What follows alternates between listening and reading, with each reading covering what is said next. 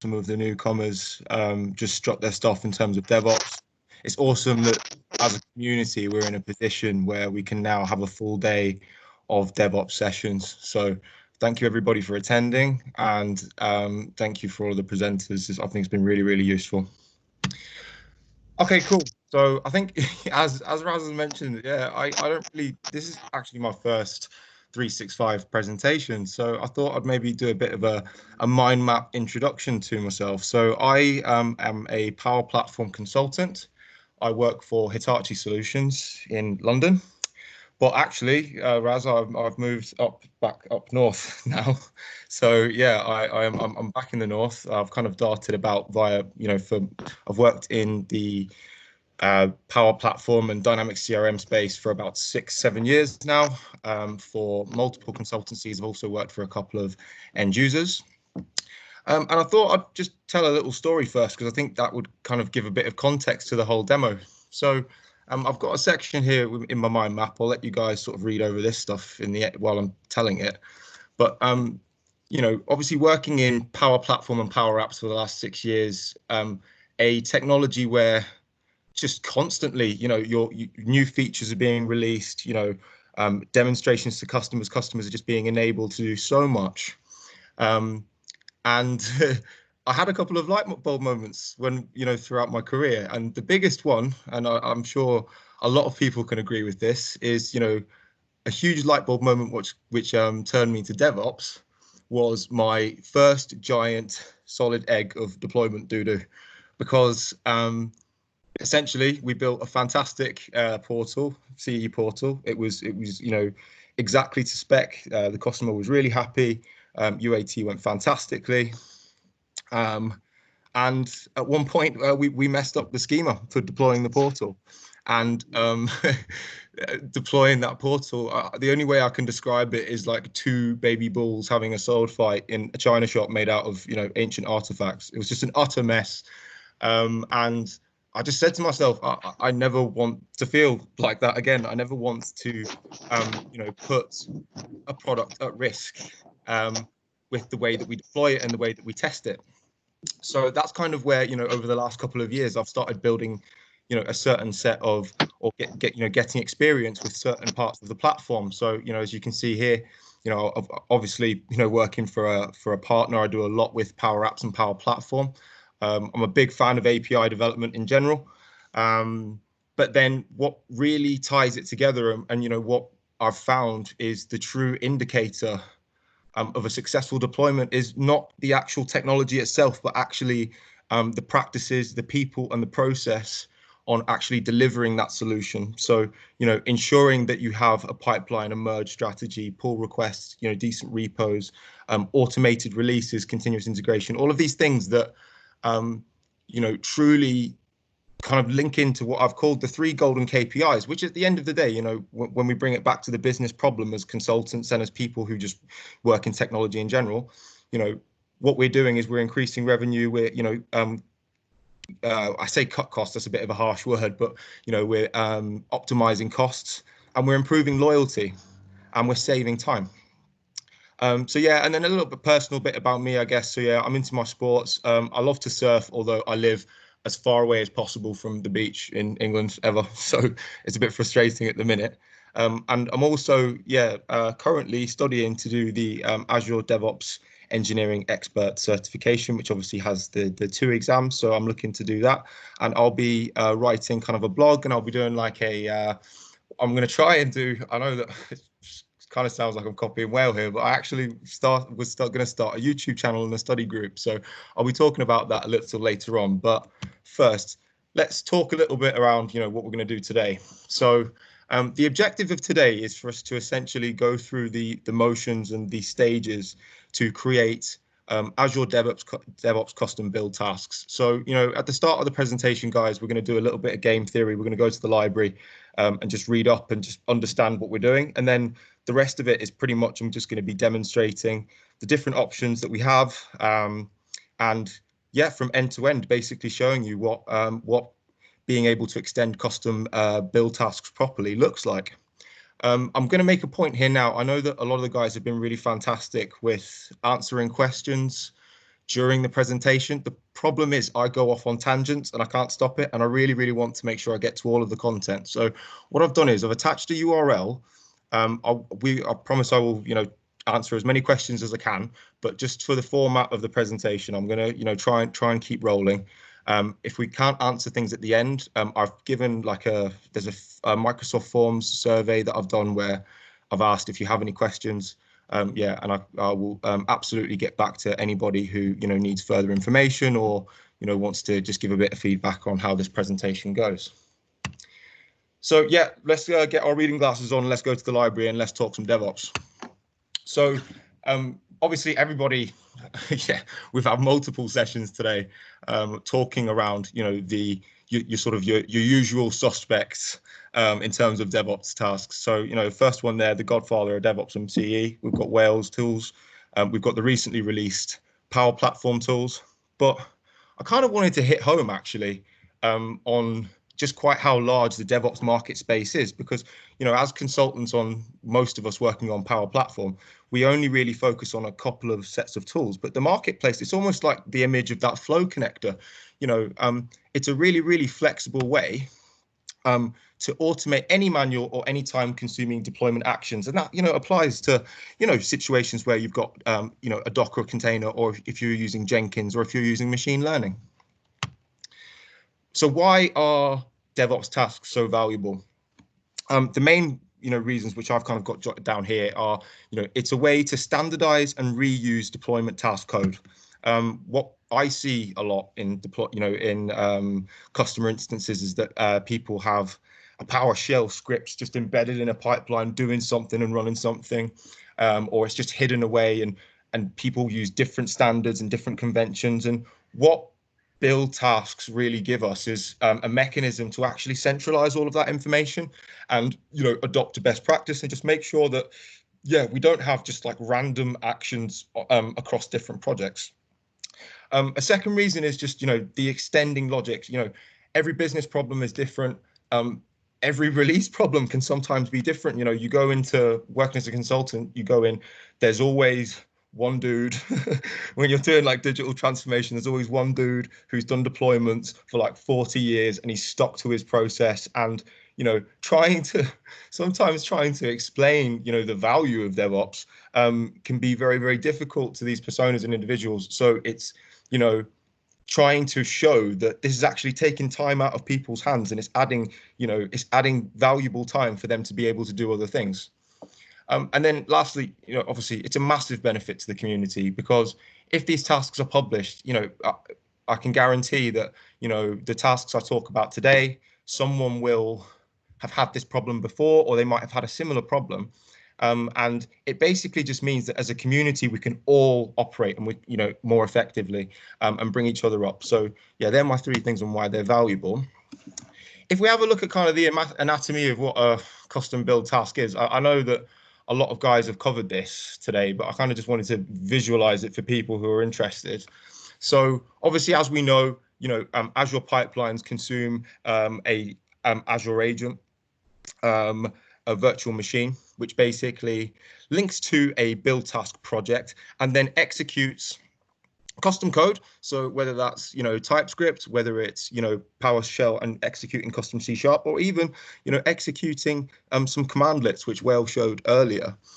These tasks are incredibly flexible, and they're obviously built on using JSON templates, so it's very, very easy to basically dovetail things together. But a good point here to raise is you can create these collective build tasks and run different types of code based on the task or the activity that you have. So I think that's really, really awesome, having this flexible platform to be able to fulfill DevOps requirements no matter what the challenge is, as long as we can extend it within the scope of the tooling that we have available. So when we look at the publishing process of, I've kind of put like a high level diagram here.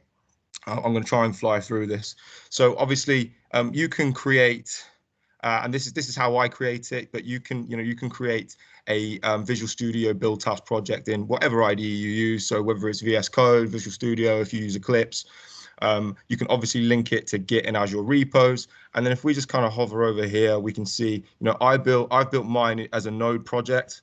So that's kind of why I've outlined it here. But, you know, the structure of the projects themselves are actually quite straightforward. So once we've committed the project to whatever repo, we can also then do publishing activities. So, you know, I'm a big fan of automating anything, not out of laziness, just out of effectiveness. And yeah, we obviously can manually create a V6 extension and then publish it, but we can also do that via a build pipeline. So if you can, why not?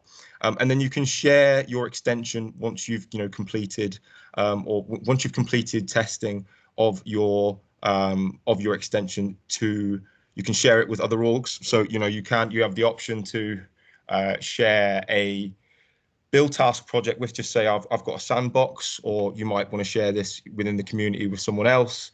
You have the flexibility to do that. And then kind of the next stage, I guess, is, you know, if ready, publishing that to the marketplace for the complete wider use of this project. So I might have missed it, but I think we spent a lot of time today. I know that Mohammed covered it a little bit around DevOps build agents. I kind of wanted to just actually give like a Son reader explanation of what they are, though, because the amount of times that people sort of ask me, you know, what exactly is it doing? Like, what's happening?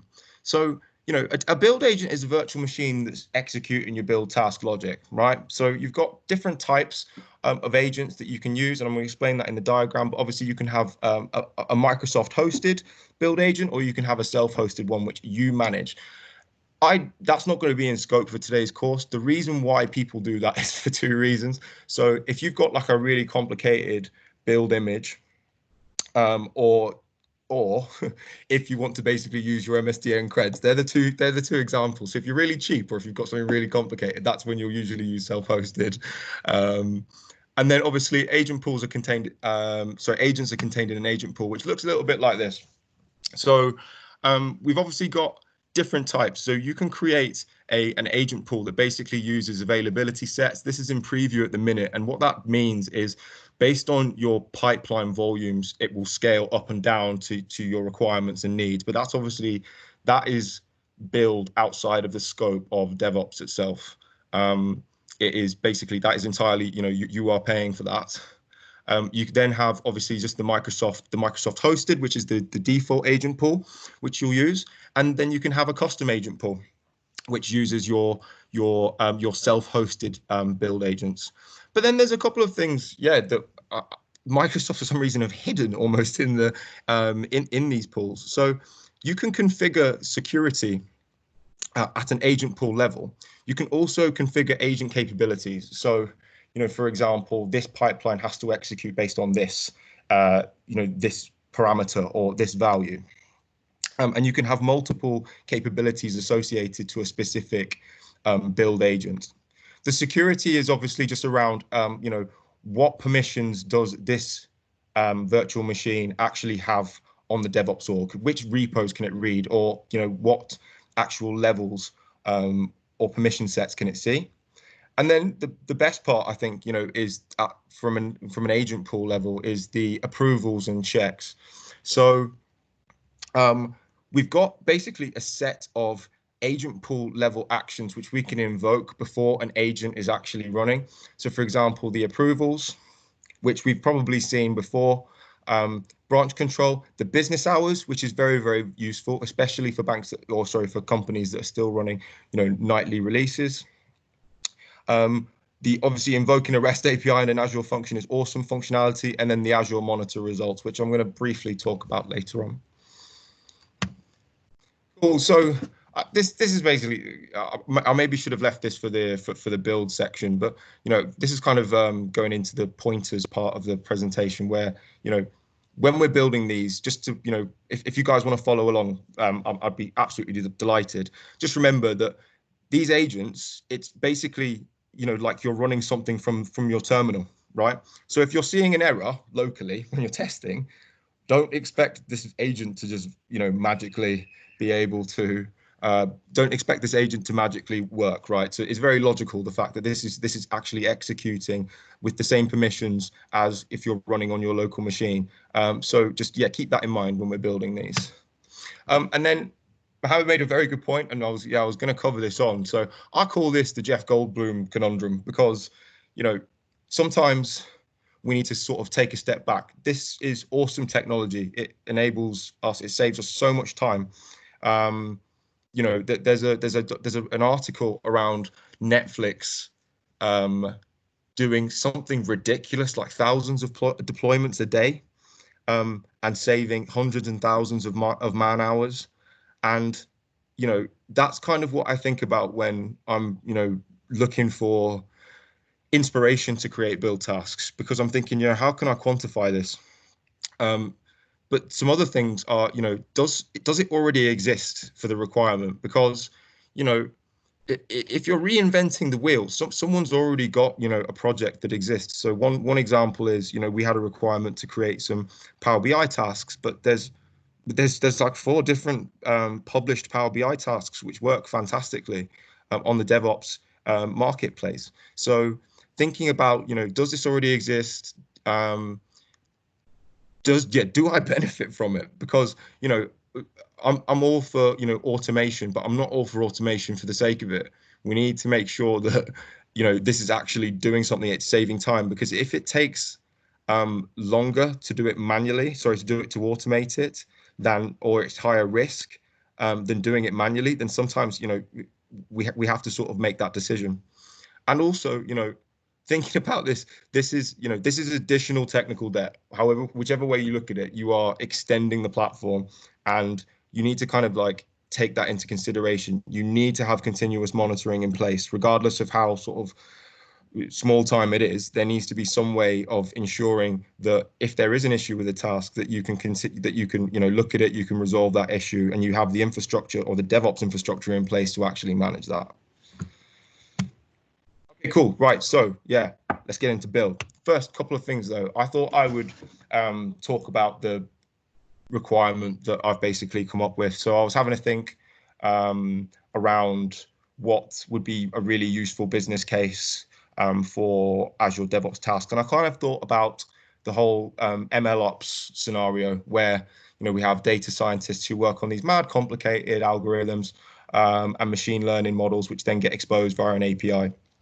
I'm not a data scientist, but I do absolutely love cognitive computing, because it is incredibly intuitive and it can save businesses hundreds of thousands, you know, based on the requirement.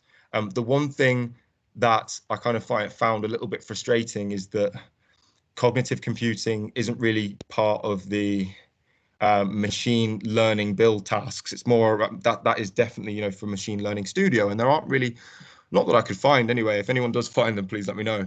Just some, you know, really straightforward build tasks. Say, for example, we've got a customer who is, you know, deploying. The one example I've got is basically using bottles and different objects, like a retailer that's shipping out stock to various suppliers. We want to basically take an image or a snapshot of the amount of stock that's in a particular box. That requires you know, regular retraining. So to be able to do that outside of the context of Power Automate, to be able to, you know, anytime we do a new release of data via the configuration migration service, and doing that via the pipeline, I thought that would be really neat. So we can see that this workflow already kind of exists within the Microsoft space for machine learning. The reason why, and I'm kind of going to introduce you guys to Stackshare in a little bit, I've basically documented my entire stack for what I've used on this demo on Stackshare. It's awesome. And within Stackshare, you can basically use decisions. So you guys can actually look at the decisions that I've made over the last over the last week or so, on why I chose to build my tasks in this way. So I chose Cognitive Services over AI Builder for the simple reason that AI Builder doesn't give us an endpoint that we can continuously train. It's solution aware, but we still need to basically go in and retrain that. So I thought that it would be quite neat to use cognitive services. Also, AI build is quite expensive, just being completely honest. So this is, you know, a cost-effective alternative for customers who want to do really, really straightforward cognitive computing. Okay, cool. So if you want to like follow along, what I've basically done is I've created these things called recipes. The reason why I call them recipes is because, you know, we're all developers here. There are multiple ways to do this. This is not the, you know, I've followed all of the Microsoft documentation and best practice on this, but there are various ways to implement build tasks. So what I've basically thought I'd do is just provide almost the stack of what I've been using. And if you want to follow along while I kind of just walk you through, what this looks like, then please do. So what you're going to need, you're obviously going to need to create a project, which I'll show you in a second. You're going to need a terminal. So I use Windows Terminal. I don't know if anybody saw it get released at build. I think it's wicked. But you can also use PowerShell. You can use command line. I just really like the fact that you can embed the Azure CLI into Windows Terminal. And then, you know, this is a DevOps demo, so I obviously have a repo. But yeah, I think it's very, very useful, and I'm going to kind of show you why it's exceptionally useful. The one thing I've missed from here is you do need an IDE. So if you haven't installed an integrated development environment, then get VS Code.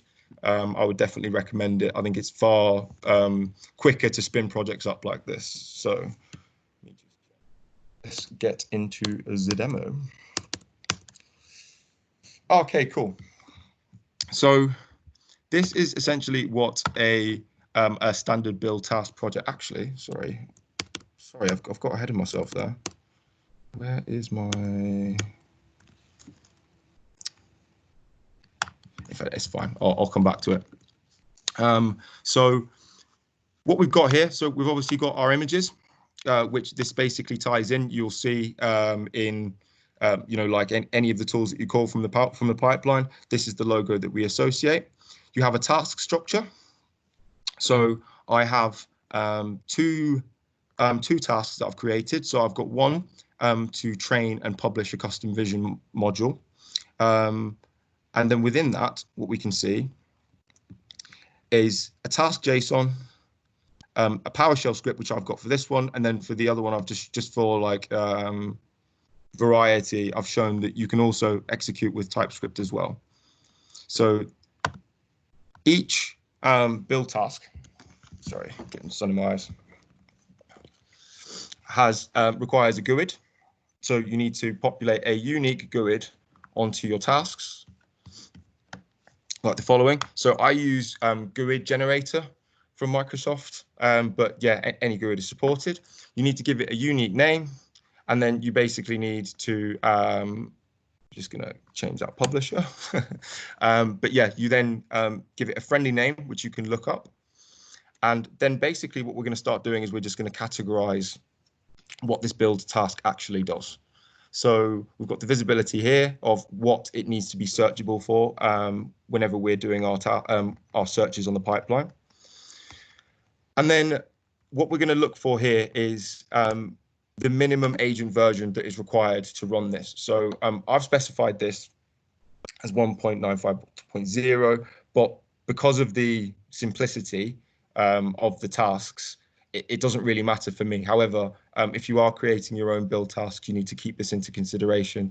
I will provide a link for that at the end of the presentation. So then once we've completed this, so we can obviously set our versions of our task, we then go into the inputs. So this is one which I actually just figured out actually a couple of weeks ago. So I don't know if obviously you guys have noticed between Power Platform tools and Wales tools. So one uses a connection string, and then one uses a service connection. Personally, I prefer using connection strings because you can actually parameterize everything within that connection string rather than having to input a generic service connection. However, it is Microsoft's direction. So what you can do here is you can actually have a type of authentication key, which I've got here. So I've got this represents a field that you input on your build task. I've labeled it as type of auth, and then I've basically input here a generic service connection. And then I've put in a cognitive services endpoint. So what you have here is you have visibility rules that basically, based on the selection that you make, you can then input.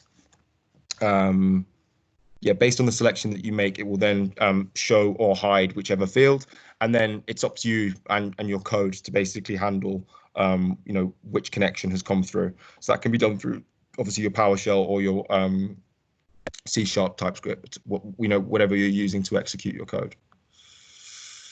So yeah, once we've basically defined our task, what inputs we require, we then essentially need to give it an execution context. So because on the train model, I'm using PowerShell, I'm basically going to set the execution context as PowerShell 3, and then the target as that PowerShell script. And then obviously the working directory is the current directory that the agent is working with. I'm going to quickly go back because I did want to just show you guys. So there is so yeah, I thought it would be useful to actually start with the story itself. But I did want to I was raring to show you guys some code. But actually what I've done, to give a bit of a overview, I've created or at least part of a user story, which I can link my work to. I've got a Git repo where I'm basically doing my pull requests for these tasks. So this tooling at the end of this demonstration, you guys will be able to take a look at. I'm going to be continuously updating this as I go through, as I find more tasks. So yeah, this project as well is also publicly accessible. So you guys, if you want to see, what I'm working on, this is I'll be working with stories on, essentially, the only task that we're going to view today is training the model from a release pipeline. But obviously, as you guys know, there's so many different cognitive services and APIs that we can access. So based on that, the requirement being that we basically just need to be able to train a model on once we've basically deployed a solution from a release pipeline. What I've done is I've actually just loaded up. I don't know if anyone's used this before, or if they've seen this, but it's absolutely awesome. It's pretty much just the definition of all of the actions available from the Cognitive Services API. And for custom vision alone, we've got loads of different things. So, we can pretty much, this is far more than what's in the Flow, or sorry, the Power Automate connector now.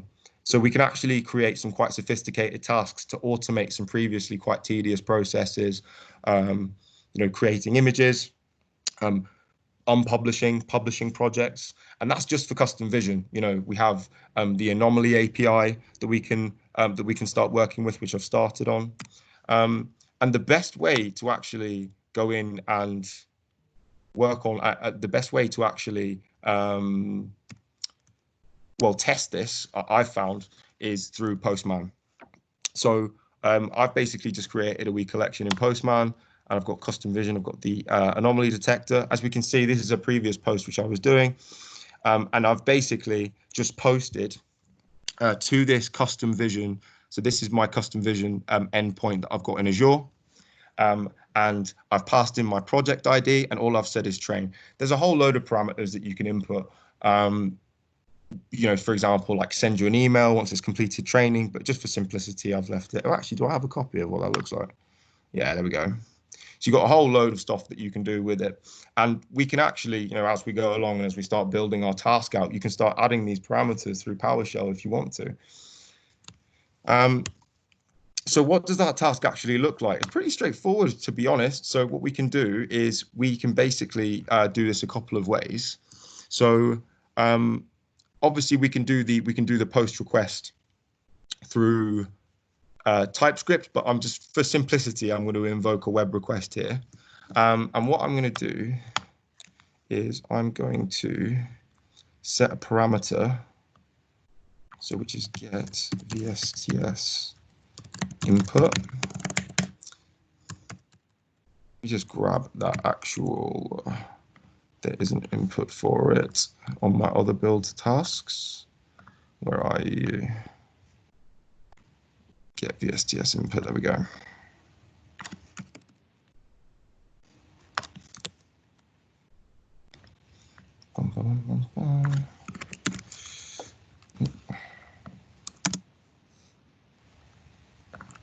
And then it was the, yeah, and we're going to point that to a specific field on our, we're going to basically point this to a specific input on our task.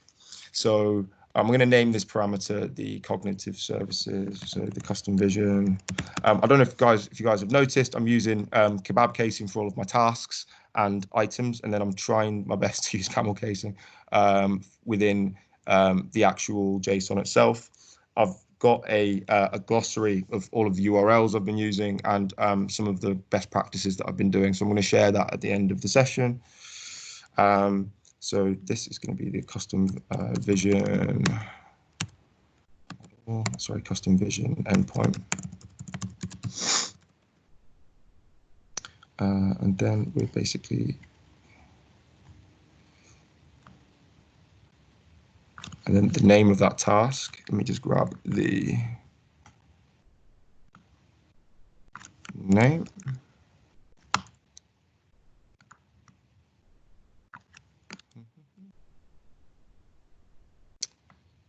And then we're just going to call, we're going to call that here.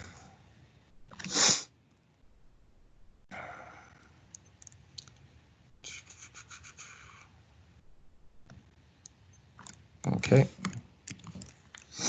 Right, good stuff. I'm going to get rid of this. This is not required. Right. Okay, cool. So once I've saved this, as you can see, I've got a PR running on for just this cognitive computing branch. And if I just do a commit now, I'm just going to update this. So just added additional task. Yep. And we're just going to push that up. So once I've built this and once I've completed this task, I can then essentially create a V6 extension to basically publish this on the marketplace. So the syntax is really straightforward. Obviously, as I mentioned, I'm using Windows Terminal. You can see that I was messing about with it earlier.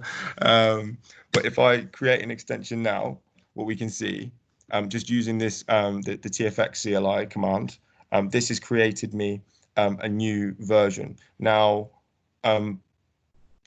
just something to keep in mind. You cannot, if an extension is installed on a, if an extension is installed already on a DevOps org of a specific version, then if you try and redeploy it, it's going to fail, and it's just going to say that this version is already installed. Please update it. So what we want to do is if we go into the V6 extension, which is basically like our manifest of,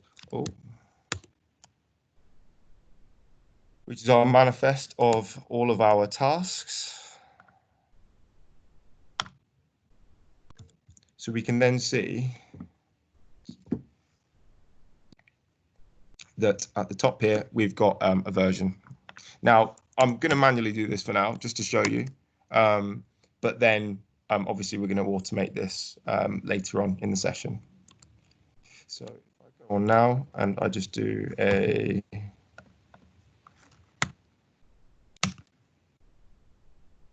oh, did I update the preview or did I update? Sorry. Rename that. Okay. So yeah, once we then do that, what we can now do is we can install this extension on DevOps. So if I go into my sandbox environment,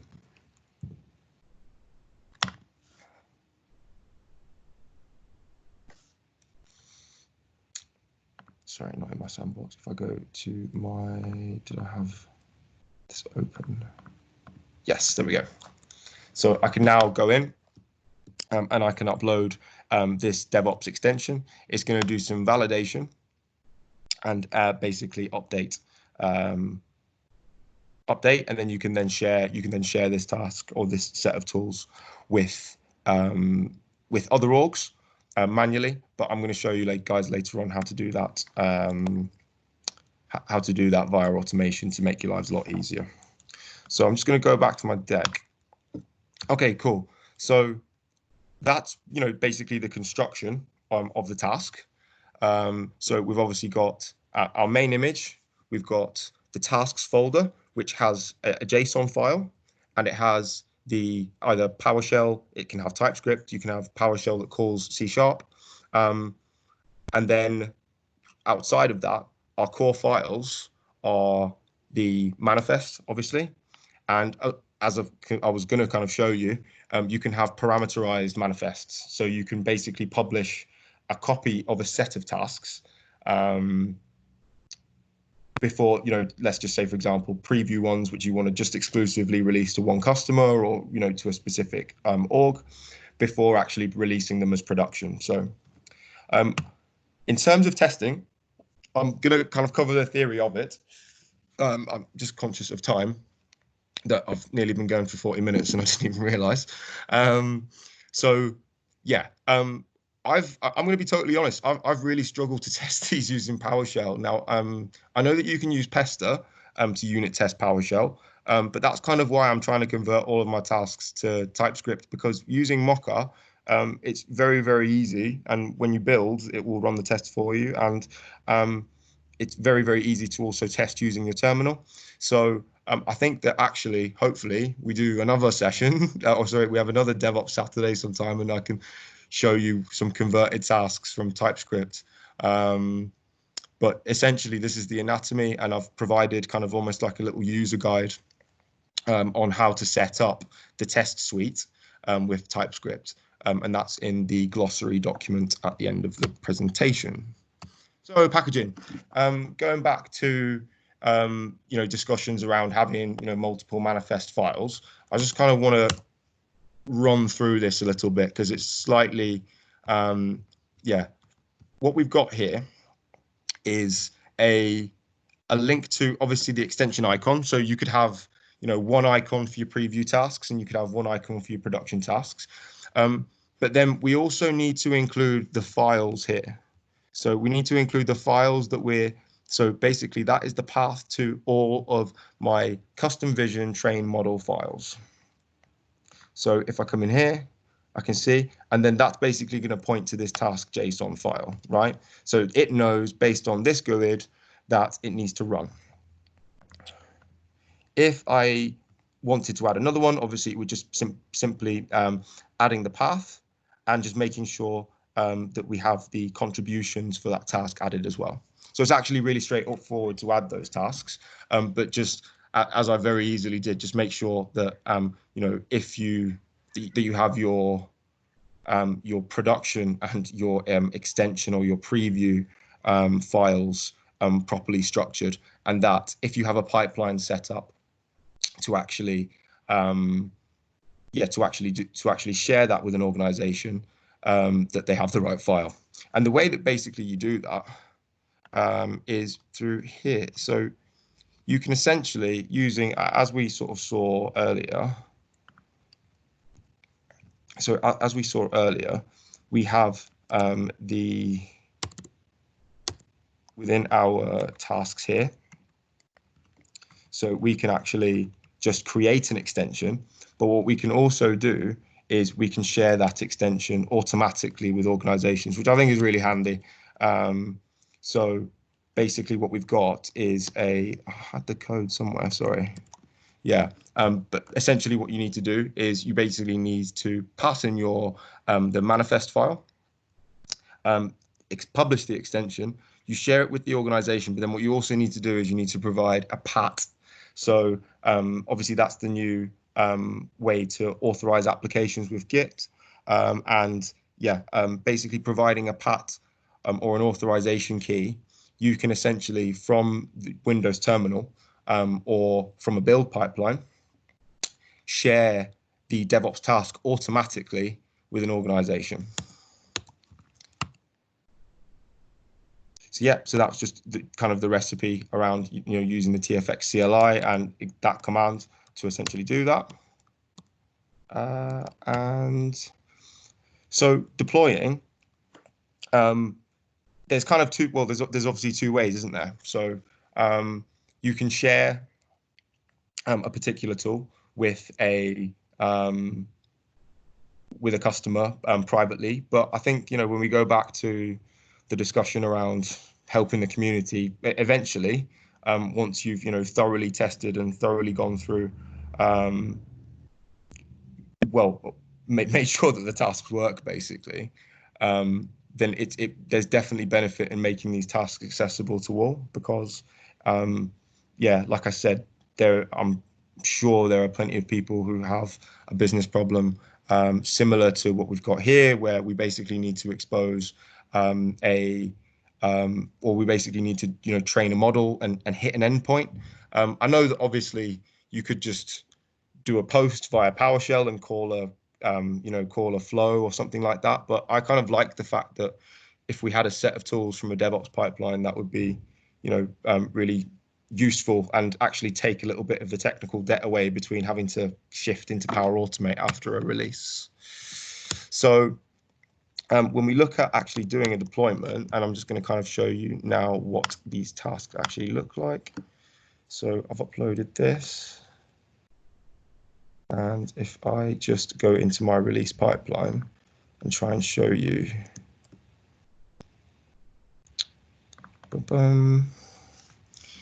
I'm just going to create this as what did I specify in I had Contoso, so let's just do Contoso as our linked org.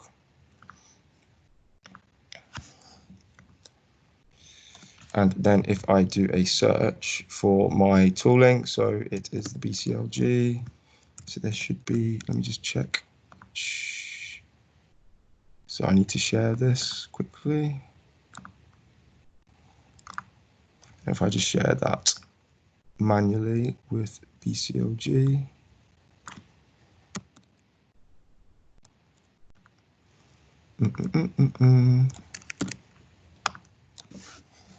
Okay. And I do a little refresh.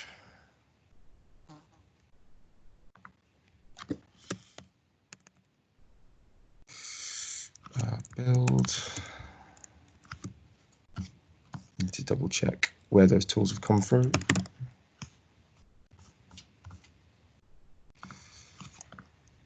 Might just take a couple of seconds. I'll tell you what, I'll come back to that when it actually publishes.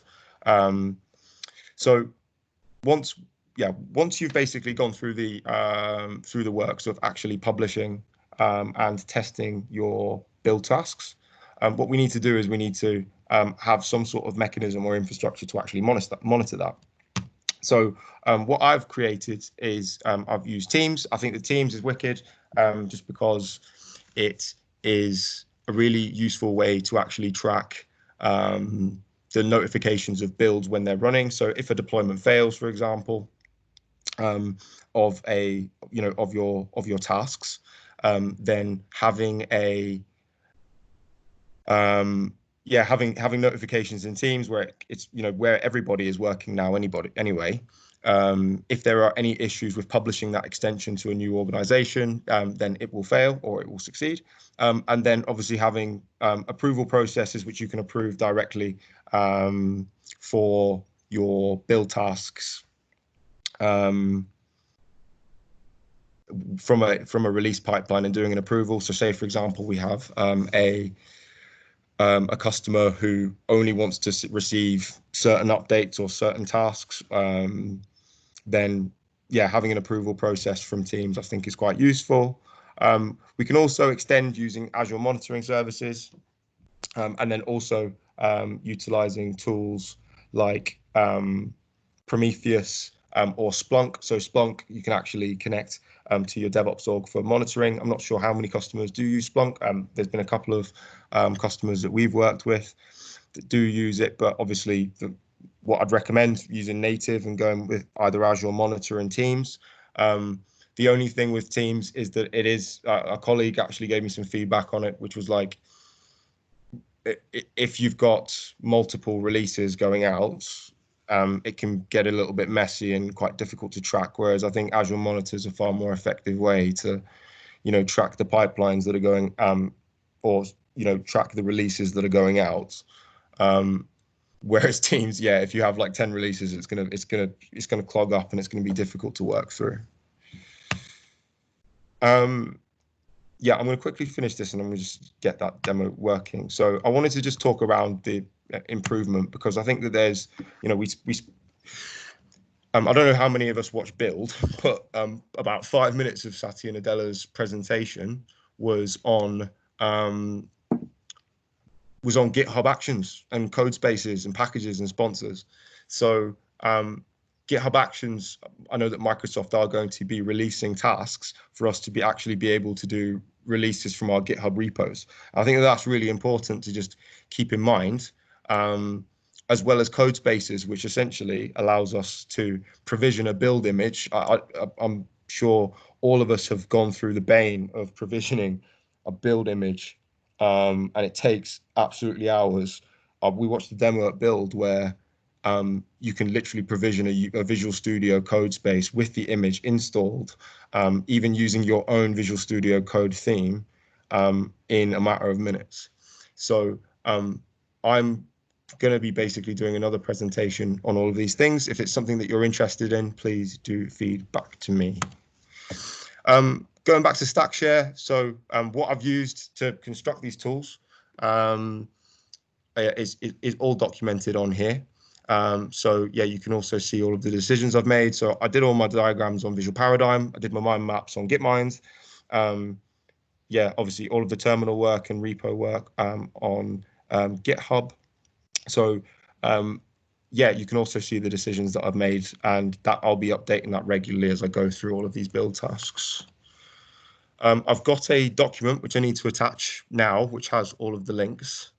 And yeah, lastly, I guess, I think going back to sort of light bulb moments, I thought I'd do something which is similar to what Mohammed did earlier, which was around, yeah, recommendation station, which I've called it. So I don't know if you guys have read The Phoenix Project. It's a fantastic book.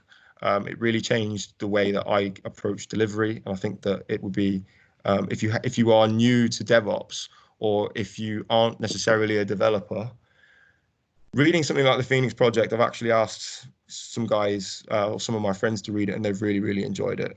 Probably not as much as me or some of us would, but yeah, definitely my first recommendation.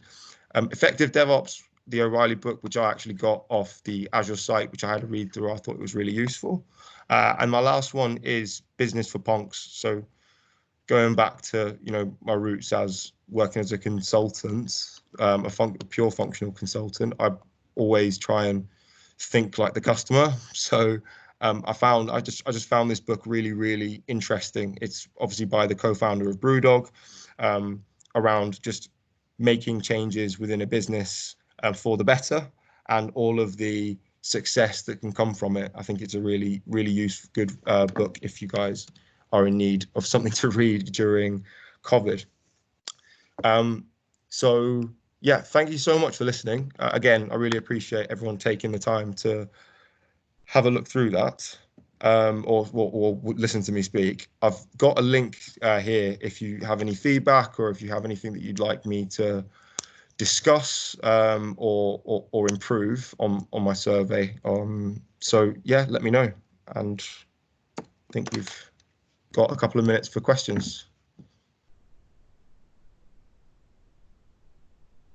Thanks again for that, Jack. So looking at the questions here.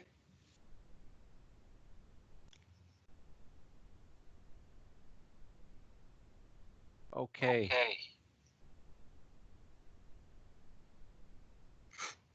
So Phil is asking, okay, Phil's got the answer. Okay, cool. So Will's obviously providing some feedback saying it's a really great session. Ah, cool. Yeah, I'm sorry, I'm just having a read through.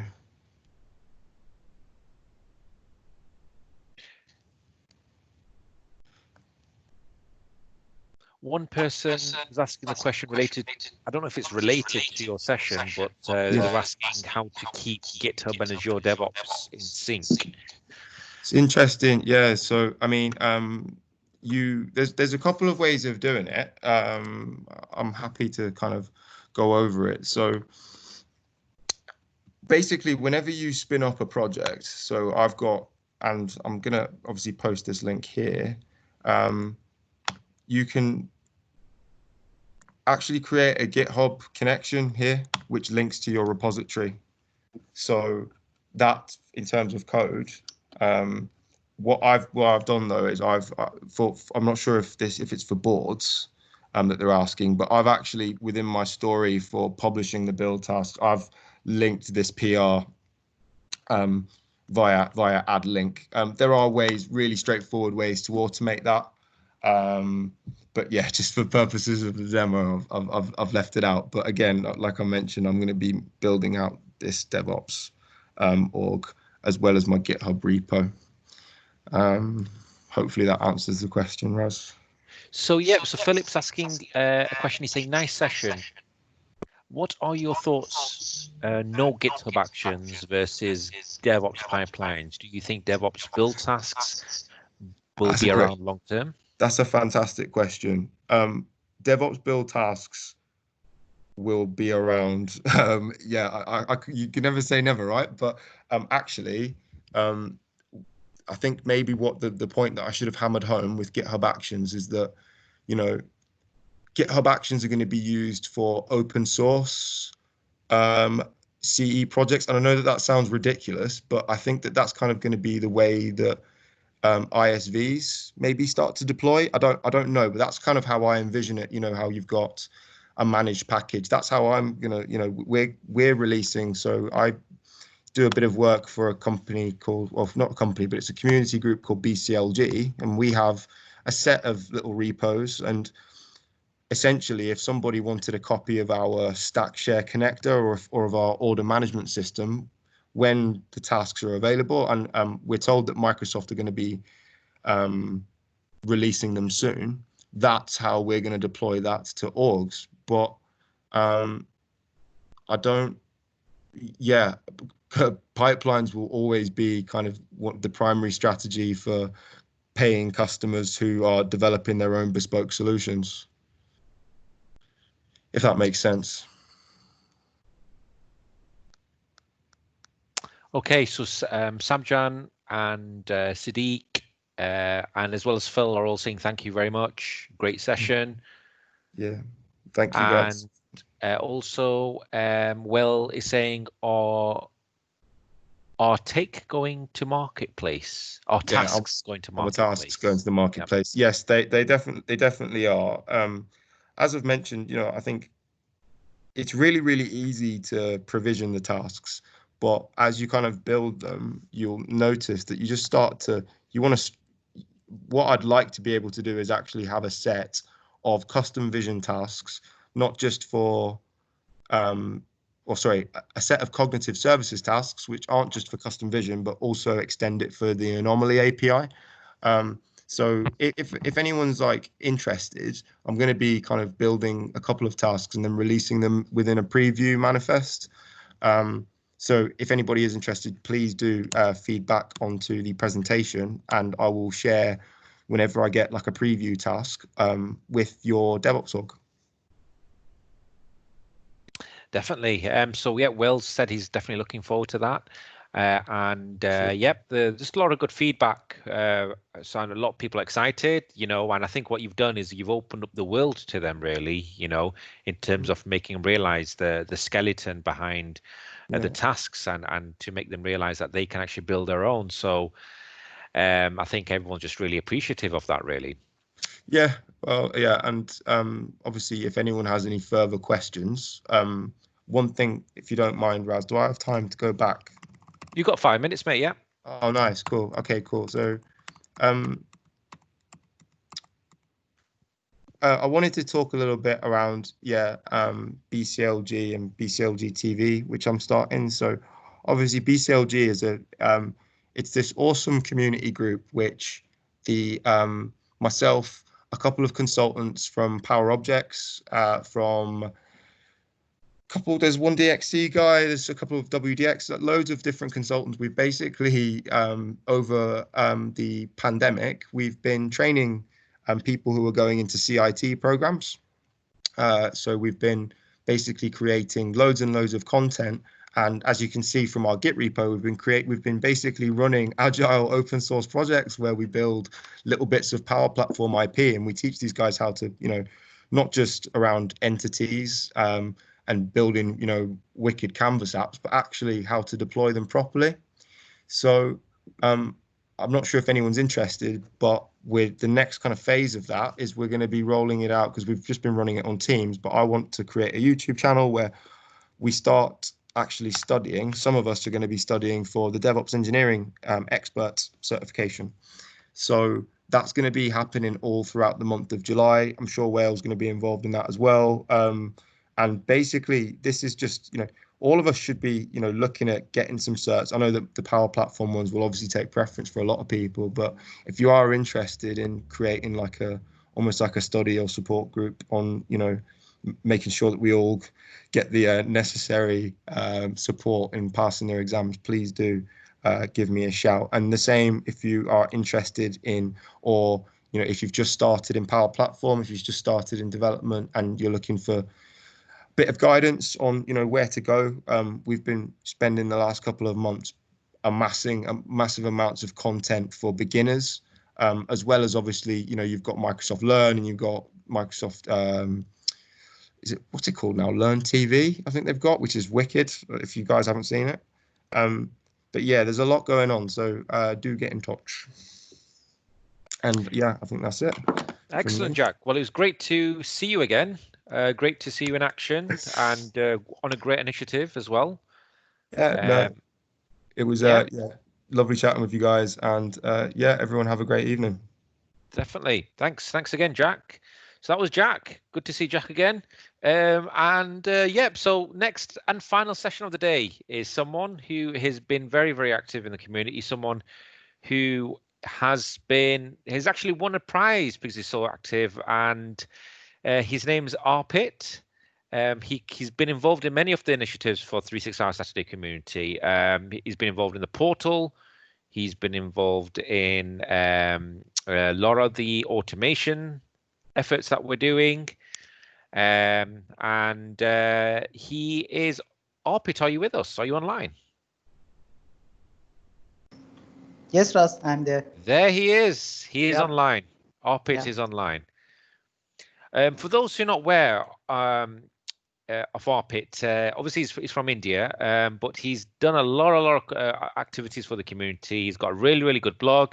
He's developed lots of tools. He's been heavily involved in not just Dynamics as a Dynamics developer, but a lot of the new features. He's really helped expose how to consume Graph API and Power Automate flows, and build and release pipelines. He's covering all the topics that you want to hear. So he's definitely someone you want to follow. So Armpit, please, can you share your screen? Yes, Ras. Thanks for the wonderful introduction, Ras. Really appreciate it. I'm sharing my screen. Armpit has also been an international speaker as well, so he's been involved in the events that we've done in Belgium, in Dubai, yes. So Armpit, we cannot see your screen yet. I think we could. There you go. I think something's happening now. There you are. Excellent, Armpit.